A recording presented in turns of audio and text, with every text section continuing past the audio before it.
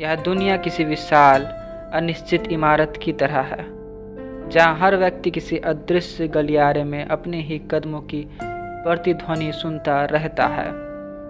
मनुष्य यहाँ जन्म नहीं लेता, बल्कि धीरे धीरे इस इमारत के नियमों द्वारा ढाल दिया जाता है, जब तक कि वह यह न भूल जाए कि उसने आखिरी बार अपनी इच्छा से किसी के चेहरे पर कब मुस्कान देखी थी।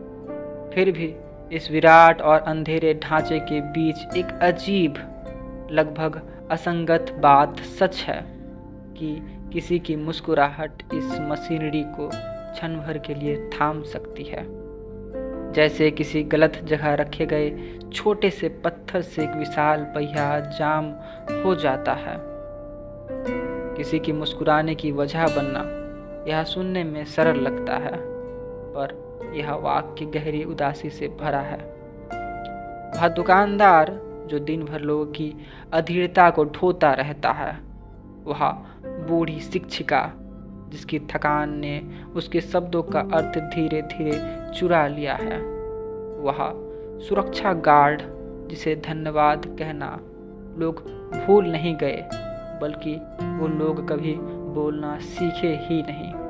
और इन सब के बीच एक छोटी सी मुस्कान देना कोई भव्य दयालुता नहीं है, बल्कि किसी बंद कमरे में खिड़की का हैंडल थोड़ा सा हिलाना जैसा होगा, जहाँ शायद हवा कभी जाती ही नहीं है। हर व्यक्ति के भीतर एक खाली कमरा है, जहाँ एक वाक्य लगातार घूमता रहता है, क्या मैं पर्याप्त हूँ? और यह कमरा इतना अंधेरा है कि इसे कोई स्वीकार भी नहीं करना चाहता। कभी कभी प्यार किसी को छूना नहीं होता, बल्कि उसकी अनदेखी को तोड़ देना होता है।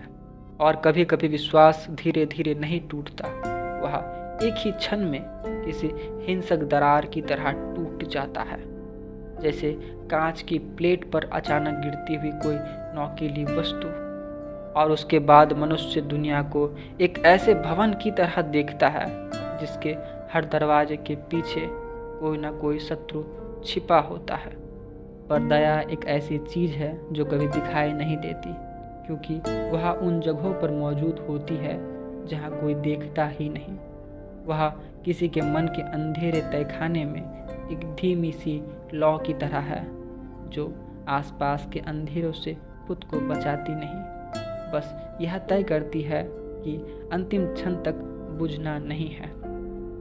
आपका एक शब्द किसी के भीतर वर्षों तक गूंज सकता है, जैसे किसी ने किसी को आगे बढ़ने की अनुमति दे दी हो। आप जानते भी नहीं कितने लोग आपकी वजह से थोड़ा कम नर्क जैसा महसूस करते हैं। और एक बात, ये दुनिया उतनी न्यायपूर्ण नहीं है जितना हम उम्मीद करते हैं, लेकिन वह उतनी निर्मम भी नहीं जितना हम डरते हैं। आपका दिया छोटा सा प्रकाश किसी अनजान मोड़ से आप तक लौट आता है, किसी सहायता के रूप में, किसी नई उपस्थिति के रूप में, या बस उस थकान में एक छोटे से अंतराल के रूप में जो आपको फिर से मनुष्य बना देता है।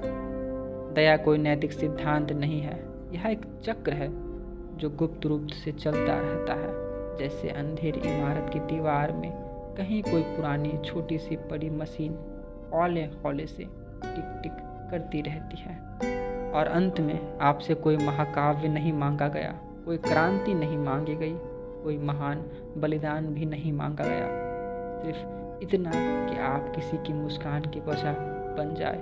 एक छोटी सी जगह, एक क्षणिक रोशनी, एक दुर्लभ नरमी।